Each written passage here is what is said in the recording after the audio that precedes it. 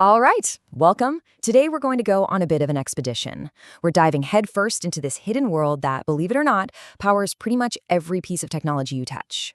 It's a place of just incredible power and creativity. So, yeah, welcome to the command line universe. You know, it all kicks off right here with something you've probably seen a million times, a black screen and that little blinking cursor. Now, I get it. It can look kind of empty, maybe even a little intimidating. But that cursor, that's just the tip of the iceberg. It's the front door to one of the most powerful tools ever made. See, what you're really looking at is a blank slate. It's a canvas just waiting for an artist, or maybe a block of marble waiting for a sculptor. It's asking you a really simple but kind of profound question. What are you going to build with it? So at its heart, the command line is really just this. It's a way to talk directly to your computer. There are no icons, no menus, none of that. It's just a pure, unfiltered conversation where you give it these super precise instructions and the machine just does it instantly. So to really wrap our heads around its power, we're going to follow the life of a single project. We'll watch it go from just a simple idea all the way to a global application. And we'll do that by tracing its journey through 5 key stages. First, setting up our workbench, then building with text, connecting to the network, deploying everything to the cloud, and finally, making sure we keep the lights on. Okay, first up, your digital workbench. I mean, every great project, doesn't matter if it's in a woodshop or on a laptop, it all starts with creating and organizing a clean, dedicated space to actually get the work done. And these are your foundational tools. With MKDIR, you're basically building a new folder, kind of like setting up a new shelf in your workshop. Then with CD, you change your directory. You're literally walking over to that shelf. Touch lets you create a brand new empty file. That's your blank blueprint. And LS? Well, that's just you taking a look around the room to see everything you've laid out. It's simple, it's fast, and it's incredibly precise. So with our space all nice and organized, we can get to the real work, sculpting with text. And that's because everything from the code we write to configuration files, it's all just text. And that means we can use a very specific set of tools to shape it with amazing precision. These are the power tools for words. Need to see everything inside a file like right now? Cat would just dump it all on your screen. But what if the file is massive? Well, less lets you scroll through it comfortably, page by page. But the real magic happens when you need to find one specific thing. And that brings us to grep. Honestly, grep is like a superpower. Imagine trying to find one single error message in a file that has millions of lines of text. grep finds that needle in a digital haystack in literally the blink of an eye. It turns what should be an impossible task into something that's instantaneous.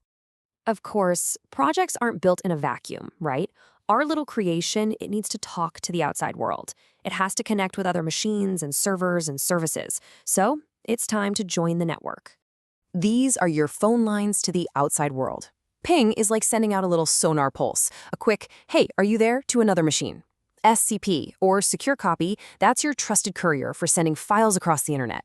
But SSH, oh man, SSH is the magic key. It opens this secure portal, letting you take control of a server halfway around the world as if you were sitting right there in front of it.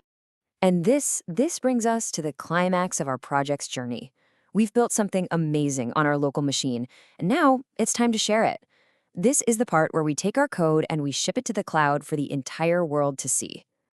So how do we do that reliably, without things breaking? We use a tool called Docker. Just think of Docker as this magical shipping container. It packages up your application and everything it could possibly need to run, all the right software versions, all the libraries, into one standardized sealed box. This guarantees it's going to run exactly the same no matter where you send it. And this, right here, solves that classic, age-old developer problem of, well, it works on my machine. With just one simple command, Docker run, you launch this self-contained little universe which guarantees your application is going to behave predictably, whether it's on your laptop or on some server in the cloud. But what if you need more than one of these containers? What if you need thousands of them to handle traffic from all over the world? Well, that's where Kubernetes comes in. It's the orchestra conductor. It tells each container where to go, it replaces any that fail, and it scales your app up or down automatically. A command like kubectl get pods is like the conductor just looking out over the entire orchestra to make sure every single musician is playing their part perfectly. And this is the ultimate level of control. With tools like the AWS, Azure, or Google Cloud command line interfaces, you are now controlling entire data centers right from your terminal.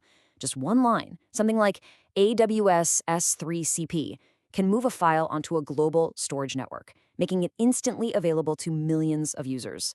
I mean, that is planetary scale infrastructure, all managed with just a few keystrokes. It's wild. So our application is live. We did it. But the journey isn't over. Not even close.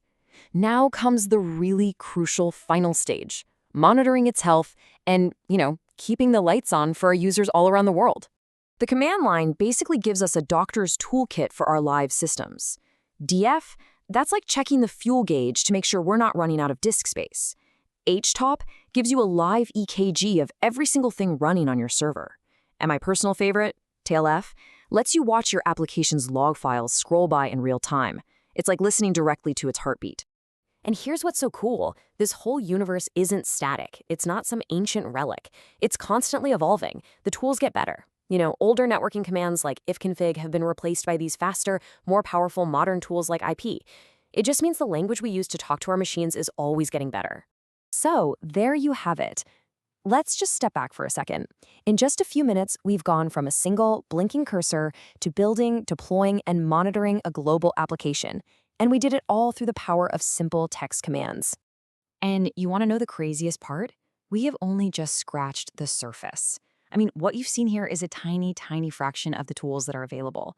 There are hundreds of these core commands, and that's just the beginning.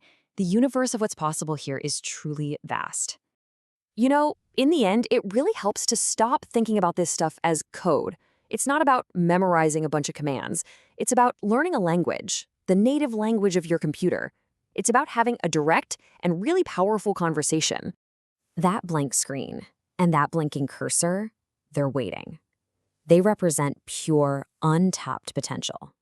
So really, the only question left is, what are you going to ask it to do next?